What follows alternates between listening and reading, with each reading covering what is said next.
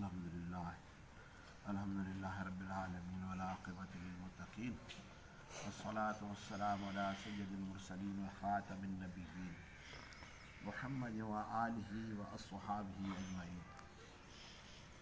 अम्मा बअद फ़अऊज़ु बिल्लाहि मिनश शैतानिर रजीम। बिस्मिल्लाहिर रहमानिर रहीम। या अय्युहल्लज़ीना आमनू ला तअकुलुर रिबा अदआफ़म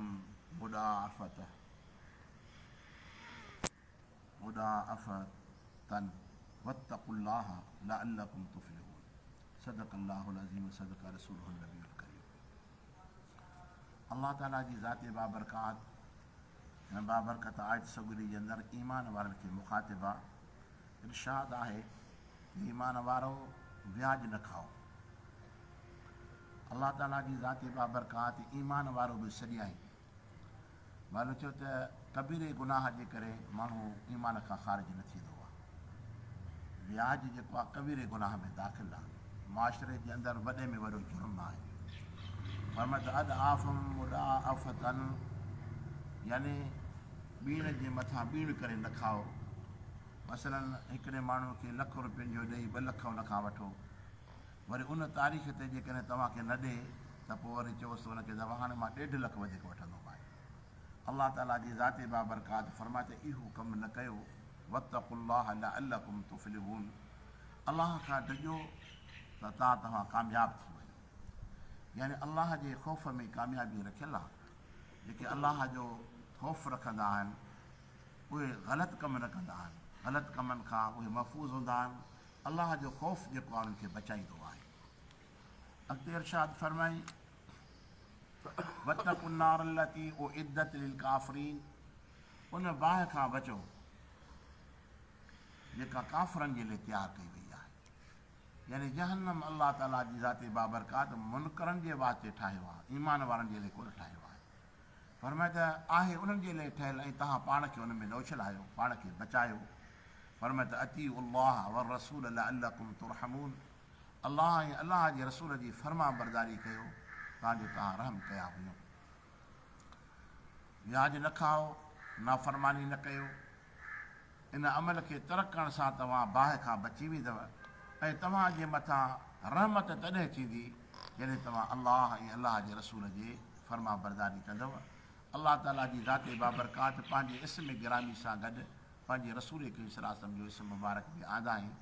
ईअं न चइबो त अल्लाह जी फर्मा बरदारी ॿी शइ आहे, रसूल जी फर्मा बरदारी ॿी शइ आहे, बल्कि जेको अल्लाह जे रसूल जी फर्मा बरदारी में आहे उहो अल्लाह जी फर्मा बरदारी में आहे। फरमाए त वसारिऊ इला मग़फ़िरत मिन रब्बिकुम, ऐं जल्दी कयो तरफ़ बख़्शिश जे पंहिंजे रब खां। यानी मग़फ़िरत जे वास्ते ख़ुदा जी बारगाह में बख़्शिश जे वास्ते तौबा जल्दी कयो। ईअं न चओ त भई हाणे ज़िंदगी अञा पई आहे, अञा मां हाणे जवान थियो आहियां, हाणे मां गुनाहनि खां, हाली त मुल्क में खाऊं पीऊं पोइ ॾिठो वेंदो, इहो ग़लति लफ़्ज़ आहे।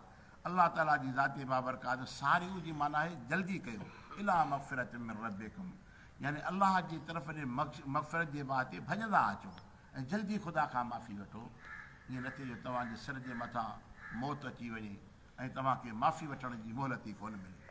फरमाए त जन्नतिन, ऐं जन्नत जे तरफ़ ॾे बि भॼो डुको। यानी मग़फ़िरत खां पोइ जन्नत ज़रूरी आहे, बख़्शिश थींदी त जन्नत बि मिलंदी। ऐं जन्नत जे तरफ़ ॾे भॼण मां मुराद छा आहे त जन्नतियुनि वारा कम कयो। फरमाए त अर्दुहा समावातु वल अर्दु उइद्दत लिल मुत्तक़ीन, जंहिंजो मुंडो जेको आहे 7 आसमान ऐं 7 ज़मीनूं आहिनि, जेका तयारु कई वई आहे वास्ते मुत्तक़ीन। यानी जन्नत जो मुंडो, जेके मुंडो हूंदो आहे न हुनखे ड्रैग बि हूंदी आहे।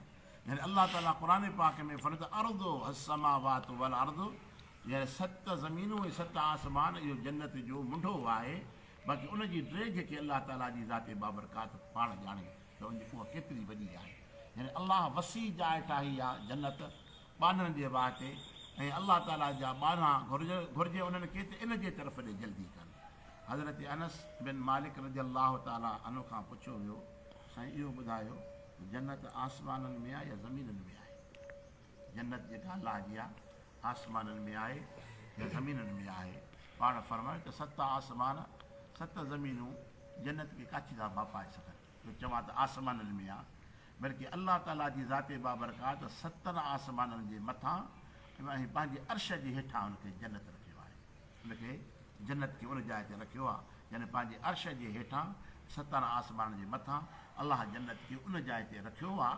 ऐं उहे जीअं उहो हथ जी तिरी हुजे, तिरी जो दाइरो हूंदो आहे, हिकु सतह चइबो आहे, पाण फरमायो त 7 ज़मीनूं ऐं 7 आसमान जन्नत जे अॻियां ईअं हुजे की तिरी हुजे। यानी एॾी अलाह जी जन्नत वॾी आहे। यानी जॾहिं अलाह जी जन्नत एॾी वॾी आहे त पोइ अलाह कंजूसी कंदो छा? अलाह त सख़ी आहे न, उहो करीम आहे न। उहो बहानो को करे त अलाह ताला हुनखे आबाद करे। यानी हीअ छा आहे त जन्नत माना उमेद जी जाइ आहे ऐं कॾहिं बि मायूस न थिए अलाह जी रहमत खां। त करीम रब असांजे पंहिंजे कर्म सां असांखे इहा नेमत बि नसीब फरमाईंदो। ऐं ॿी त पनाह घुरिजे अलाह खां त मौला पंहिंजे अज़ाब खां, पंहिंजे गज़ब खां असांखे महफ़ूज़ फरमा। पर फरमाए त अल्लज़ीन युनफ़िक़ून फ़िस्सर्राइ वद्दर्राइ, ऐं उहे शख़्स जेके ख़र्च कनि था छा में? ख़ुशीअ में बि तंगीअ में बि। जेकॾहिं अलाह हुनखे घणो ॾिनो आहे त बि अलाह जी राह में ख़र्च कनि था। पर जंहिं वटि रोज़ीअ जी तंगी आहे, पंहिंजे घर जी पूरत नथो करे सघे, त उहो शख़्स छा करे? फरमाए त अहिड़ा शख़्स बि आहिनि जेके उन हालत में बि अलाह जी राह में ख़र्च कनि था, यानी हिकिड़ो हिसो रब जो कढनि था पिया। फरमाए त वल काज़िमीनल गैज़, ऐं कावड़ जे मथां कंट्रोल कनि था पिया। वल आफ़ीन अनिन नास, ऐं माण्हुनि खां दरगुज़र कनि था पिया। केरु तकलीफ़ ॾे बसि उनखे दरगुज़र करे छॾनि। वल्लाहु युहिब्बुल मुहसिनीन, ऐं अलाह ताला जी ज़ाते बाबरकात नेकी कंदड़नि खे पसंदि फरमाईंदो आहे। नेकी उनखे चइबो आहे जेका अलाह जे रसूल खे पसंदि अचे। हीअं त मुनाफ़िक़ बि नमाज़ पढ़नि था, मुनाफ़िक़ बि रोज़ा रखनि था, पर इन्हनि जी इहा इबादत ख़ुदा जे रसूल खे पसंदि न आहे। नेकी उनखे चइबो आहे जो अहिड़ो अमल रब जी बारगाह में करे, जीअं अमल जे करे उनजे अमल खे ख़ुदा ताला जी बारगाह जे अंदरि मक़बूल जी शर्फ़ ॾिनी थी। हिन आयत जी तफ़सीर में लिखियलु आहे, हज़रत इमाम ज़ैनुल आबिदीन रज़ी अल्लाह ताला अन्हु नबी करीम सल्लल्लाहु अलैहि वसल्लम जे नवासे जो फ़र्ज़ंद वज़ू फरमाए रहिया आहिनि। वज़ू कंदे कंदे बानी जेका आहे उहा पाणी खणी यानी साईं खे पहुचाए थी पई वज़ू जे वास्ते। वज़ू कंदे कंदे अचानक उनजे हथ मां उहो थांव जो किरियो त हज़रत इमाम ज़ैनुल आबिदीन जे मुंहं जे मथां हुन में पाणी गरम बि हुयो, साईं जो चहिरो मुबारक जेको आहे सो ज़ख़्मी थी पियो, इतफ़ाक़ थी पियो। जीअं जो बानी जे हथ मां इहो जो थांव जो किरियो साईं खे तकलीफ़ पहुची, त बानी बि त अहल बैत जी बानी हुई न, त हुन देरी न कई, अलाह जो क़ुर पाक पढ़ी त वल काज़िमीनल गैज़, जेके पंहिंजी कावड़नि खे खाइनि था, पंहिंजी कावड़ खे कंट्रोल कनि था पिया। त हज़रत इमाम ज़ैनुल आबिदीन जे मुंहं में जेका गुस्सो हुयो, क़ुर ॿुधण सां जो चहिरो रोशन थी वियो। फरमाए त वल काज़िमीनल गैज़, ऐं फरमाए त वल आफ़ीन अनिन नास, ऐं माण्हुनि जे मथां महिरबानी फरमाइनि था, दरगुज़र फरमाइनि था माण्हुनि जे मथां। वल्लाहु युहिब्बुल मुहसिनीन, ऐं अलाह ताला अहिड़नि नेकोकारनि खे पसंदि फरमाए थो पियो। जॾहिं बानी इहा क़ुर पाक जी आयत पढ़ी त हज़रत इमाम ज़ैनुल आबिदीन उन बानी खे माफ़ बि कयो ऐं आज़ादु बि करे छॾियसि, त तूं अॼु ॾींहं खां पोइ तूं आज़ादु आहीं। यानी अलाह जे क़ुर पाक जे मथां अमल करणु इहे वॾो हिकिड़ो अलाह जो करम आहे, अहसान आहे। उते जो उते क़ुर पाक जी आयत पढ़ी थी वञे, उनजे मथां अमल कयो थो वञे। ऐं कसम तो खे थी जेका आहे त मां कावड़ खे खाधमि, इहो हिकु अहिड़ो अमल आहे जो इंसानु घणनि हादसनि खां बची थो वञे। कावड़ में माण्हू अलाए केॾा कम करे थो वञे, उहो पछता खां सवाइ ॿियो आहे कोन्हे। लेकिन अलाह ताला जी ज़ाती बाबरकात फरमाए ॾिसनि मथां अची वियो अल्लज़ीन युनफ़िक़ून फ़िस्सर्राइ वद्दर्राइ, उन खां पोइ वल काज़िमीनल गैज़, यानी अलाह जी राह में ख़र्च त करे पर कावड़ बि त न करे न, जो कंहिंखे ख़र्चु ॾेई करे कंहिं ते महिरबानी करे वरी उनखे गार्निश करे, उनखे का तकलीफ़ पहुचाए। अलाह ताला जी ज़ाती बाबरकात अख़लाक़ जो भलो हुजण बि ज़रूरी आहे। जेको ख़ैरात करे माण्हुनि खे मानी खाराइणु सुठो आहे छा? इहो बि सुठो अमल आहे, पर किरदारु बि सुठो हुजे। यानी कंहिंजे मथां महिरबानी कयो, कंहिंखे खारायो पीआरियो, कंहिंखे पहरायो, कंहिंसां भलाई कयो, त उन सां तव्हांजो रवैयो बि सुठो हुजे। रवैये जो सुठो हुजणु ज़रूरी आहे, इहो अख़लाक़ जो हिकिड़ो हिसो आहे। त अलाह ताला जी ज़ाती बाबरकात हिन लफ़्ज़नि खे आंदाई फरमाए त वल आफ़ीन अनिन नास, ऐं माण्हुनि खे माफ़ु कनि था। माफ़ु करणु अहिड़ो अमल आहे जो हबीब करीम सल्लल्लाहु अलैहि वसल्लम जी ज़ाती बाबरकात फरमायो, जेके माण्हुनि खे माफ़ु कनि था उहे यकीन करे त क़यामत जे ॾाढे रब करीम हिन खे माफ़ु फरमाए। अलाह ताला उहो करीम आहे जो पंहिंजे बाननि जे मथां महिरबान आहे। रब करीम असांखे अमल करण जी तौफ़ीक़ अता फ़रमाए। वमा तौफ़ीक़ इल्ला बिल्लाह।